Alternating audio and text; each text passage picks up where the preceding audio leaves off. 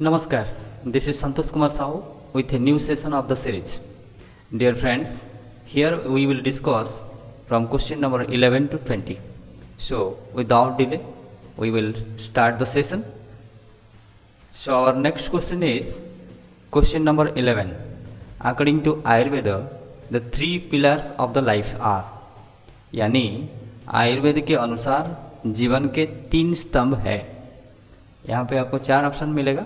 चार ऑप्शन में पहला दिया गया है वात पित्त कफ सत्व रज तम धर्म अर्थ काम आहार निद्रा ब्रह्मचर्य। First we will see option number 1 वात पित्त कफ। इसको हम जानते हैं ये दोष, इसको क्या कहा जाता है? त्रिदोष कहा जाता है।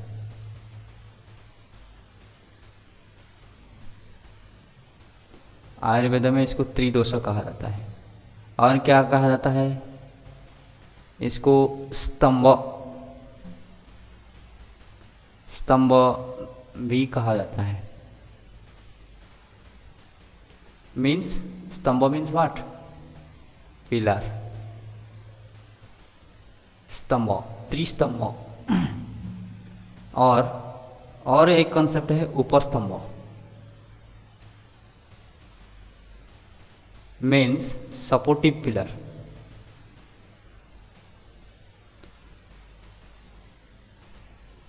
supportive pillar of life, this is pillar of life, this is supportive pillar। supportive pillar में क्या आता है? ये जो दिया गया है आहार निद्रा ब्रह्मचर्य।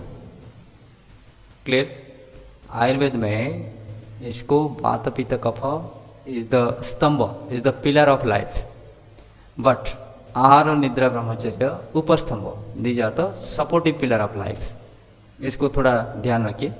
ये यहाँ पे दिया गया है हमको पिलर के बारे में, स्तंभ के बारे में बताया है, इसलिए इसका आंसर क्या होगा? वात पित्त कफ। क्लियर? इसमें जो दिया गया है आहार निद्रा ब्रह्मचर्य, ये भी एक स्वस्थ जीवन के लिए ये बहुत ज़रूरी है।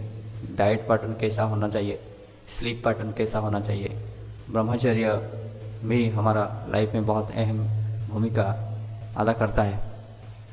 तो ऑप्शन नंबर 2 में क्या दिया गया है? सत्व रज तम। सत्व रज तम ये क्या है? इसको हम गुणत्रय कहते हैं। क्या कहते हैं? गुणत्रय। मतलब आप अगर भगवत गीता देखेंगे, भगवत गीता में गुणत्रय विभाग योग है। कहाँ? Chapter number 14।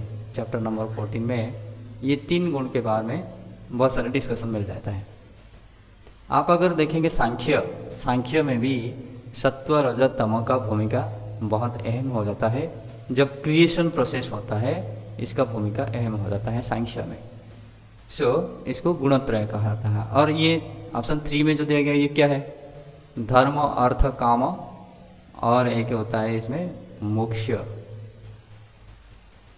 ये होता है these are the goal of life. Get my point? ये जो धर्म अर्थ काम मोक्ष, these are the goal of life. इसको आप पुरुषार्थ चतुष्ट भी कह सकते हैं। पुरुषार्थ, ये 4 पुरुषार्थ है। क्या क्या है?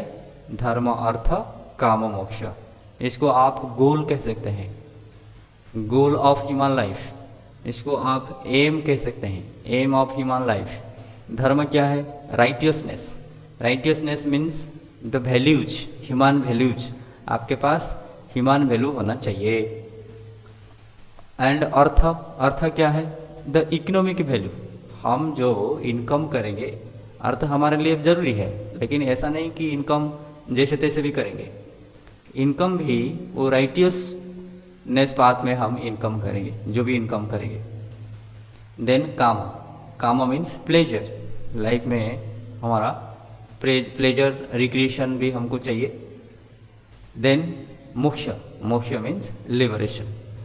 इसी तरह का इसका डिस्कशन हुआ है। सो इसमें कोई भी डाउट नहीं होगा शायद, और इसका आंसर आपको मिल गया। क्या है? पिलर, 3 पिलर वात पित्त कफ।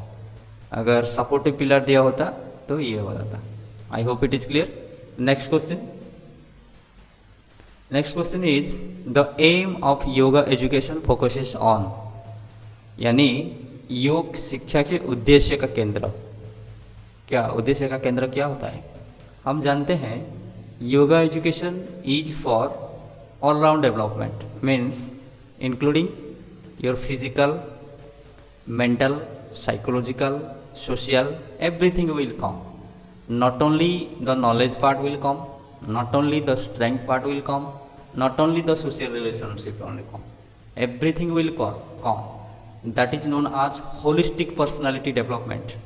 हम उसको होलिस्टिक पर्सनालिटी डेवलपमेंट कहते हैं या होल पर्सनालिटी डेवलपमेंट कहते हैं। इसीलिए ये तीनों जो इंडिविजुअल दिया गया है, ये इंडिविजुअल आंसर नहीं होगा, क्योंकि यहाँ पे ऑल राउंड डेवलपमेंट दिया गया है। इसीलिए इसका आंसर क्या होगा? Option number 4, the all round development. All round development में ये सारा चीज़ आ जाएगा, आपका नॉलेज, आपका स्ट्रेंथ, आपका social relationship. Getting my point? So I hope it is clear. The answer is option number 4, all round development. Then next question is Which statement is true for kapalbhati? दोस्तों यहाँ पे ये जो क्वेश्चन है इसको wrong declare किया गया था। Get my point? This question declared as wrong. क्यों रॉन्ग डिक्लेयर किया गया था इसको जानेंगे। इसमें कपालभाति का जो प्रोसेस कौन सा ट्रू है इस हिसाब से दिया गया है। Inspiration is active, expression is passive, inspiration is passive, inspiration and expression are active.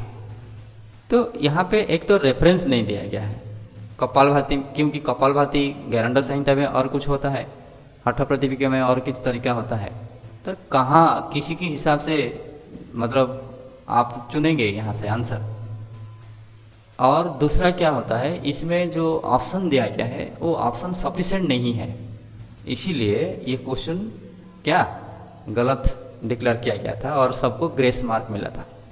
तो हम देखेंगे अगर हठ प्रतिपिका में आपको क्या मिलेगा, चैप्टर नंबर 2 में मिल जाएगा। चैप्टर नंबर 2 वर्स नंबर 36 में प्रोसेस क्या है हठ प्रतिपिका में, रैपिड परफॉर्मेंस ऑफ रेच्योक एंड पूरक। उसमें कैसे बताया गया है, रैपिड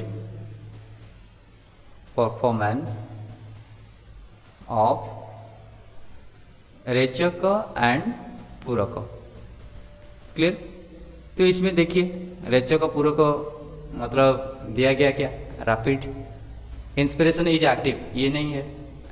एक्सप्रेशन सिर्फ दिया गया है पैसिव, ये भी नहीं है। इंस्पिरेशन इज पैसिव नहीं होगा।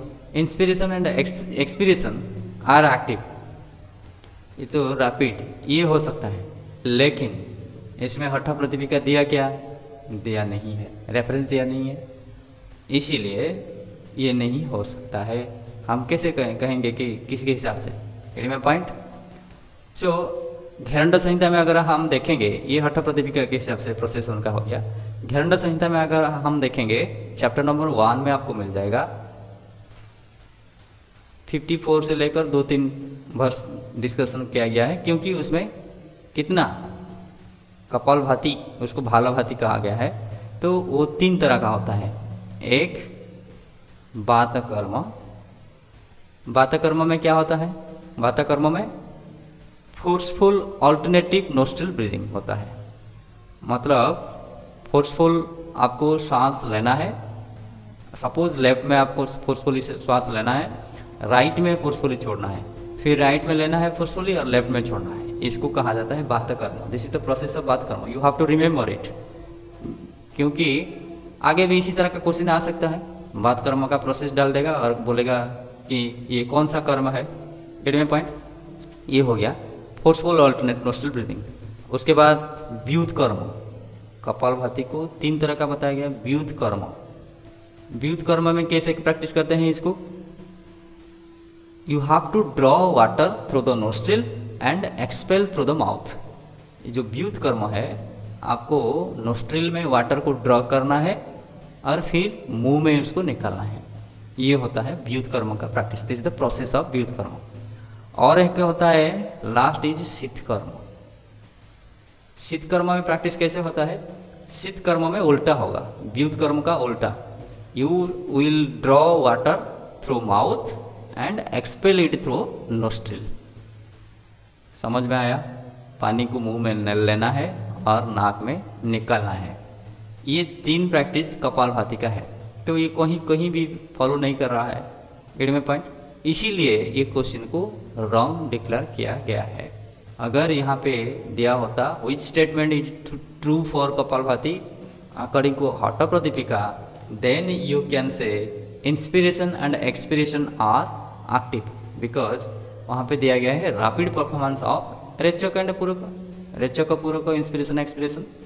Gate my point? I hope it is clear. Then we will see the next question. The next question is question number 14, that the method of समाधि सिद्धि according to महर्षि पतंजलि, यानी महर्षि पतंजलि के अनुसार समाधि सिद्धि की विधि क्या है। यहाँ पे आपको कॉम्बिनेशन में दिया गया है ऑप्शन, एक ऑप्शन नहीं चुनना है, 2 चुनना है। तो प्राणायाम आप हम अगर देखेंगे यहाँ पे क्या क्या दिया गया है, प्राणायाम, ईश्वर प्रणिधान, अभ्यास, वैराग्य और प्रत्याहार। इसका थोड़ा सा बेनिफिट अगर हम डिस्कस कर लेंगे तो हमको पता चल जाएगा समाधि सिद्धि के लिए कौन सा अभ्यास सही है। तो पहला दिया गया है प्राणायाम। प्राणायाम के बारे में अगर आप देखेंगे तो चैप्टर 2 में आपको मिल जाएगा। उसमें बताया गया ततः क्षीयते प्रकाश आवरण, means the covering of light will remove by the practice of प्राणायाम।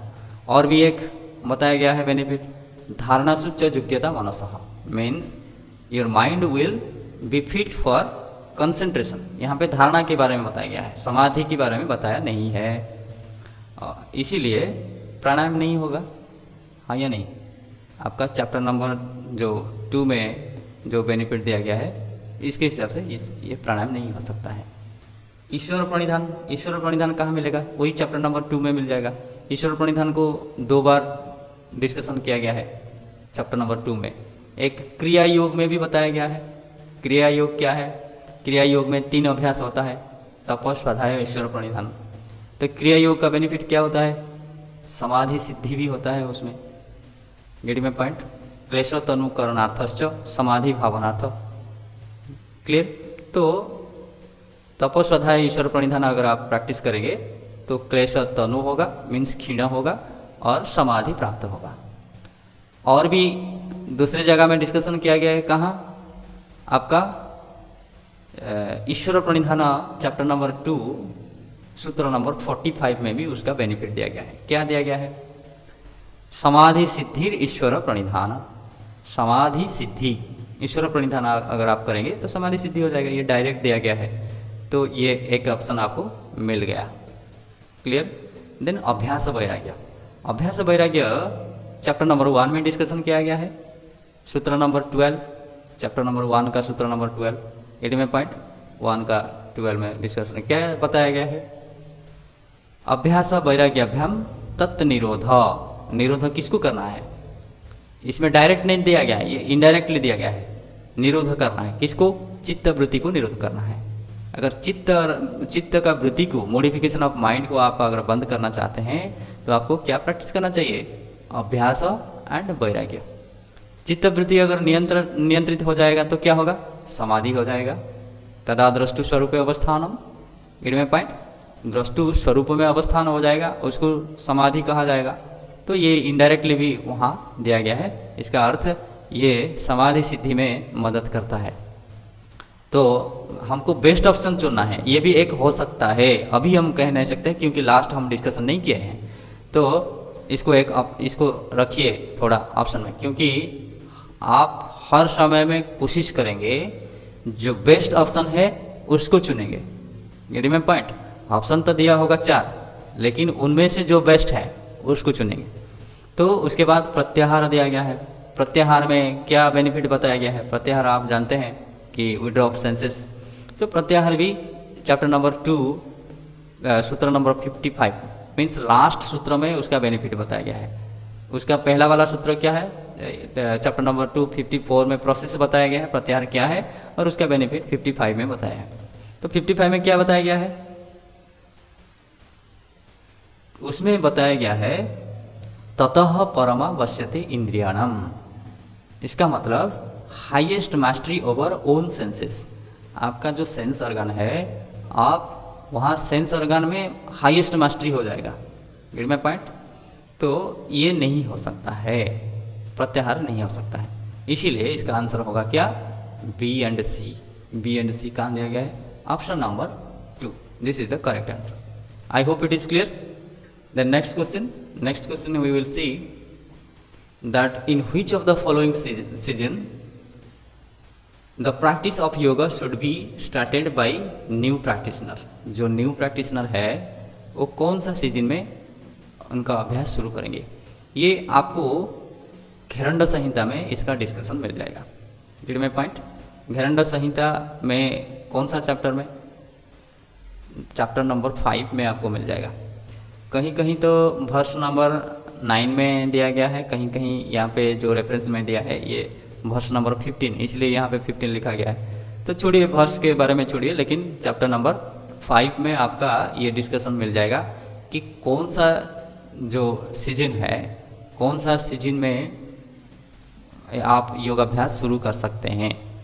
यहाँ पे दिया गया है बसंते चापी शरदी योगारंभ समाचरेत। पहला है बसंत, देन शरदी, शरद। Get my point? सो ये समय में आप अगर शुरू करेंगे तदा योग भवेत सिद्धि बिना यासने कथित। मतलब इसी सीजन में अगर आप शुरू करेंगे तो आपको सिद्धि बहुत जल्दी मिल जाएगा और आपको डिजीज भी नहीं होगा। दूसरा एक किताब में भी उसका दिया गया है कि आपको रोग नहीं होगा। बसंत और शरद में अगर आप प्रैक्टिस शुरू करेंगे तो आप बॉडी आपका एक्वेंटेड हो जाएगा सीजन के साथ और आपका बॉडी में डिफॉर्मिटी नहीं आएगा। तो इसका आंसर क्या होगा? Basant and sharad, D B. So option number 4, B and D. I hope it is clear. यहाँ पे जो इंग्लिश में दिया गया है, the practice of yoga should be commenced either in basant और स्प्रिंग और शरद। Clear? So next question we will see. Question number 16 में क्या दिया गया है? टाइप ऑफ कुंभक mentioned in Hatha Ratnavali. Type of कुंभक मीन्स कितना प्राणायाम दिया गया है, कुंभक कितना, ये उसको तो मैं ऑलरेडी डिस्कस कर चुका हूँ। कितना आप बताइए, अभी याद कीजिए। कुंभक पहले बताया था, उनका सीक्वेंस क्या है? 8+1। 8+1 क्यों? क्योंकि अष्ट कुंभक बताया गया, +1 है ये क्या? भुजंगीकरण। ये भुजंगीकरण कुंभक आप दूसरे किताब में नहीं मिलेगा, यहाँ पे मिलेगा। तो इसका मतलब टोटल कुंभक कितना? 9। हम जानते हैं कुंभक ज़्यादातर जगह में अष्ट कुंभक कहा जाता है, मतलब 8 प्राणायाम। यहाँ पे एक्स्ट्रा प्राणायाम एक बताया गया है, दैट इज भुजंगीकरण। क्लियर? तो थोड़ा लिख लेंगे, इसको थोड़ा अभ्यास भी हो जाएगा आपका। पहला क्या बताया गया है? भस्त्रिका। ये कौन सा चैप्टर में? Chapter number 2। आपके पास अगर किताब है चैप्टर नंबर 2 वर्स 5 में देख लीजिए। ये वर्स एक्चुअली कभी कभी डिपेंड करता है कि कौन सा पब्लिकेशन का है, इसमें थोड़ा सा वेरी कर सकता है।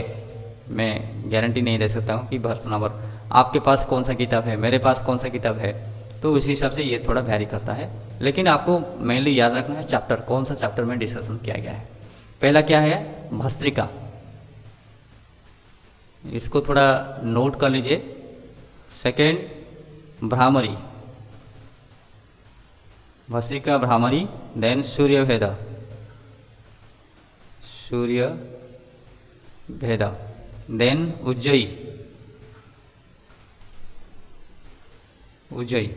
देन शीतली, ये 5 नंबर। 6 नंबर मूर्छा।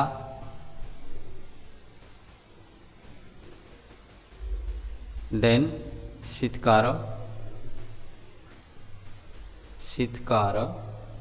देन 8 नंबर केवल एंड 9 नंबर, 9 नंबर इज भुजंगिनी।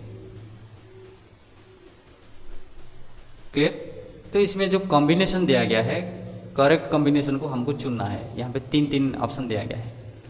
तो भस्त्रिका, भस्त्रिका यहाँ पे दिया गया है, तो इसमें भस्त्रिका कहाँ पे है, ये है भस्त्रिका, और भ्रामरी, भ्रामरी भी है, इसलिए ऑप्शन नंबर ए आ जाएगा। एड में पॉइंट।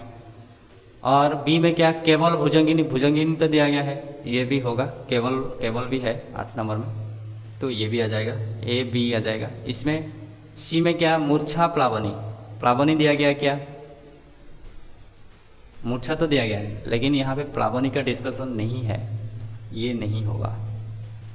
और डी में शीतकारी शीतली, यहाँ पे शीतली दिया गया है, शीतकार दिया गया है, इसलिए ये होगा। तो आपका आंसर होगा A B D, A B D ऐसा कुछ है क्या, option number 3, this is the correct answer. I hope it is clear. The next question, which of the following vitamins are fat soluble. ये थोड़ा सा याद रख लीजिए, fat soluble vitamins and water soluble vitamins क्या क्या आता है। तो vitamin A D E K, vitamin A, vitamin D, vitamin E and vitamin K, तो ये होता है क्या, these are called fat soluble vitamins because they are soluble in organic solvent and are absorbed and transported in a manner similar to that of fat। और water soluble में क्या आएगा, vitamin C and vitamin B groups, B group में क्या आएगा, thiamine, riboflavin, niacin, pantothenic acid, B6, biotin, folic acid and B12। ये सारा जितना भी है vitamin C and vitamin B groups, ये सारा वाटर सॉल्युबल है। आपको क्या मांगा है, फैट सॉल्युबल मांगा है। तो फैट सॉल्युबल में क्या आएगा आपका, ए डी ई के, तो विटामिन ए आएगा, डी आएगा, बी सी नहीं आएगा, बी सी क्यों, क्योंकि ये वाटर सॉल्युबल है। तो ए डी कहाँ है, यहाँ है, this is the correct option. I hope this is clear. Then next we will see that question number 18.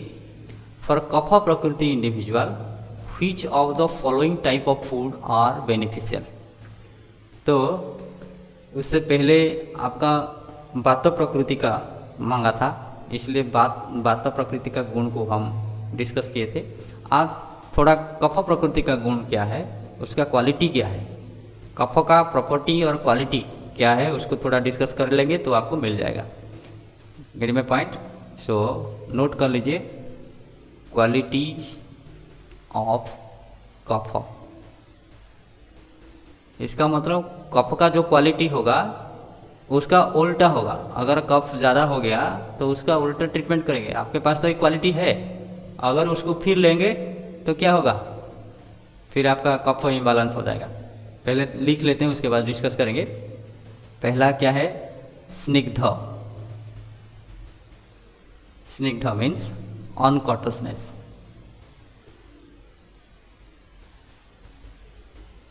अनकॉटस। Then next क्या है, शीत, शीत इसका प्रॉपर्टी कोल्ड। देन गुरु, गुरु मतलब ये हैवी होता है। देन मंद, मंद मीन्स लेजी, डॉल, मंद, डॉल। देन आपका श्लक्ष्ण, श्लक्ष्ण, श्लक्ष्ण, श्लक्ष्ण मीन्स जो smoothness, clear. And next is ईयर मृत्स्ना मीन्स जो शाइनिंग होता है, मृत्स्ना।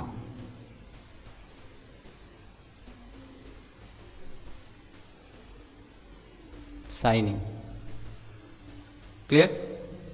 एंड स्थिर, ये कफ स्थिर भी होता है, और एक प्रॉपर्टी स्थिर, स्थिर मतलब इसका मूवमेंट नहीं होता है, स्थिर मतलब इमोबाइल, मूव नहीं होता है। तो ये क्या है, ये कफ का प्रॉपर्टी है। अगर इसी तरह का फूड आप लेंगे तो कफ का क्वालिटी ज़्यादा बढ़ जाएगा, मतलब इम्बैलेंस हो जाएगा, ज़्यादा अग्रावेट हो जाएगा। तो कफ अगर आपको बढ़ गया है तो फॉर कफ प्रकृति इंडिविजुअल, तो इसके लिए कौन सा खाना आपको लेना है, तो इसका उल्टा ट्रीटमेंट करना है आपको, ताकि ये थोड़ा बैलेंस में रहेगा। इसको अगर लेंगे इसी तरह का फूड, आपके कफ प्रकृति का है, आप इसी तरह का फूड लेंगे तो कफ आग्रावेट करेगा। तो इसीलिए अनकट स्निग्ध, यहाँ पे स्निग्ध दिया गया है तो ये नहीं होगा, गेट में पॉइंट। सो ये नहीं होगा। लाइट, लाइट दिया गया है, यहाँ पे दिया गया है हैवी, तो हैवी का उल्टा क्या है, लाइट है, लघु कहा जाएगा उसको। आप लघु खाद्य ले सकते हैं, मतलब हल्का, लाइट, क्लियर, ये होगा। एंड ड्राई, ड्राई मतलब जिसको हम कहते हैं रुक्ष, गेट में पॉइंट, रुक्ष आप ले सकते हैं। ये जो स्निग्ध, स्निग्ध की जगह में आपको क्या लेना है, उसका उल्टा क्या होगा, रुक्ष। रुक्ष मतलब ड्राई, क्लियर। आपको ड्राई फूड ले सकते हैं, लेकिन स्निग्ध नहीं ले सकते हैं, क्योंकि स्निग्ध लेने से आपका स्निग्ध आग्रावेट हो जाएगा, ज़्यादा हो जाएगा। तो ड्राई फूड लेंगे। हैवी, हैवी इसका प्रॉपर्टी है क्या, क्वालिटी है क्या, हैवी गुरु है, तो इसके लिए आपको लाइट लेना है, गेट में पॉइंट। तो हैवी नहीं लेना है, हैवी उनका प्रॉपर्टी है, उनका क्वालिटी है, तो जो क्वालिटी है उसी तरह का खाना लेंगे तो फिर वो आग्रावेट करेगा, ये नहीं होगा। तो इसलिए इसका आंसर होगा क्या, option number B and C, B and C, this is the correct answer. I hope it is clear. Then we will see question number 19। According to Hatha Pradipika, which food items are अपथ्य for yoga practitioner. अपथ्य means the restricted food. यहाँ पे हठ प्रदीपिका में जो मिताहार discussion किया गया, मिताहार के बाद पथ्य अपथ्य के बारे में बताया गया है। अपथ्य, अपथ्य, अपथ्य means the restricted food which is not suitable for the practitioner, and pathya, pathya means which is recommended, means recommended food, recommended food means which is suitable for the yogi or suitable for the practitioner. Here the list we collected, यहाँ पे जो list हम collect किया है, इसको अपथ्य का जो list है, रेस्ट्रिक्टेड डाइट जो खाना नहीं चाहिए, इसका एक लिस्ट बनाया, यहाँ दिया गया है, कलेक्ट किया है। कहाँ से, हठ प्रदीपिका लेसन 1 में आपको मिल जाएगा। The bitter, sour, pungent, salt और hot, green vegetable, sour gruel, oil, mustard, sesame, alcohol, fish, meat, curd, buttermilk, कुलथा, berries, oil cake, asafoetida, garlic, asafoetida means hengu, and garlic etc. These are the restricted food. These are the अपथ्य as per हठ प्रदीपिका। तो ये list में जो food है, अगर यहाँ पे है तो वही अपथ्य हो जाएगा। तो ए में क्या दिया गया है, कॉड, कॉड यहाँ पे है क्या, कॉड यहाँ है, तो अपथ्य में ये पहला आ गया कॉड। आपको कितना चुनना है, कॉम्बिनेशन चुनना है, 2 चुनना है। बी में क्या दिया गया है, मिल्क, मिल्क है क्या, यहाँ मिल्क नहीं है, बटर मिल्क है लेकिन मिल्क नहीं है, इसलिए ये किस में जाएगा, पथ्य में जाएगा। Clear. Then butter milk, butter milk है क्या, बटर मिल्क है यहाँ, बटर मिल्क क्या है, अपथ्य है, तो ये बटर मिल्क भी आपको मिल गया, इट में पॉइंट। और बटर, बटर यहाँ के है क्या, बटर नहीं है, इसलिए ये हो गया पथ्य। मिल्क एंड बटर, ये लिस्ट से मिल्क बटर हो गया पथ्य, कॉर्ड एंड बटर मिल्क ये हो गया अपथ्य, इसलिए इसका आंसर क्या होगा, ऑप्शन ए एंड सी। कहाँ है ए एंड सी, ये है ऑप्शन नंबर 1 में ए एंड सी है। I hope it is clear. Question is question number 20। The purificatory method not beneficial for eye problem, जो आई प्रॉब्लम के लिए बेनिफिट नहीं है, इसको बिना रेफरेंस में भी आप बता सकते हैं, क्योंकि जो बेनिफिट नहीं होगा उसको आप बताएंगे। एक तो बस्ती नहीं होगा, बस्ती किसके लिए होता है, आपका जो डाइजेस्टिव ट्रैक है, जो लास्ट पार्ट है लार्ज इंटेस्टाइन के लिए ये ज़्यादातर काम करता है, उसका क्लीन करता है। तो बस्ती का रेफरेंस भी ऐसा कुछ नहीं मिलता है कहीं कि ये आंखों के लिए सही होता है।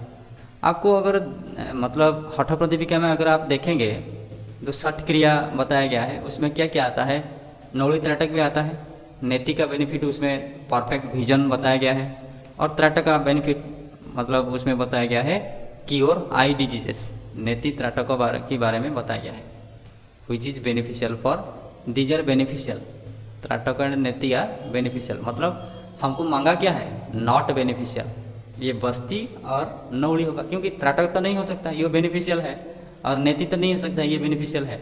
Which is not beneficial means बस्ती एंड नौली, these are the right answer, B and D, option number 2, this is the right answer. I hope this question is clear. So ये सेशन में इतना ही। आपका बहुत बहुत धन्यवाद इतने पेशेंस के साथ आप सुने। अगर आप फेसबुक में देख रहे हैं तो हमारा पेज को फॉलो कीजिए, लाइक कीजिए। अगर आप यूट्यूब में देख रहे हैं अभी तक सब्सक्राइब नहीं किया है, सब्सक्राइब जरूर कीजिए, लाइक कीजिए, शेयर कीजिए। कमेंट के लिए आपको मैं बार बार रिक्वेस्ट करता हूं कि आप सजेस्ट कीजिए कैसे और इम्प्रूव हो सकता है, और कुछ भी डाउट है क्वेश्चन में आपको समझा नहीं पा रहा हूँ तो उसके लिए भी ज़रूर कमेंट कीजिए कि ये क्वेश्चन में ये आप समझा नहीं पाए, डाउट क्लियर नहीं हुआ, उसको मैसेज कर दीजिए थोड़ा कमेंट बॉक्स में, ताकि हम उसको कोशिश करेंगे सॉल्व करने के लिए। थैंक यू, बहुत बहुत धन्यवाद।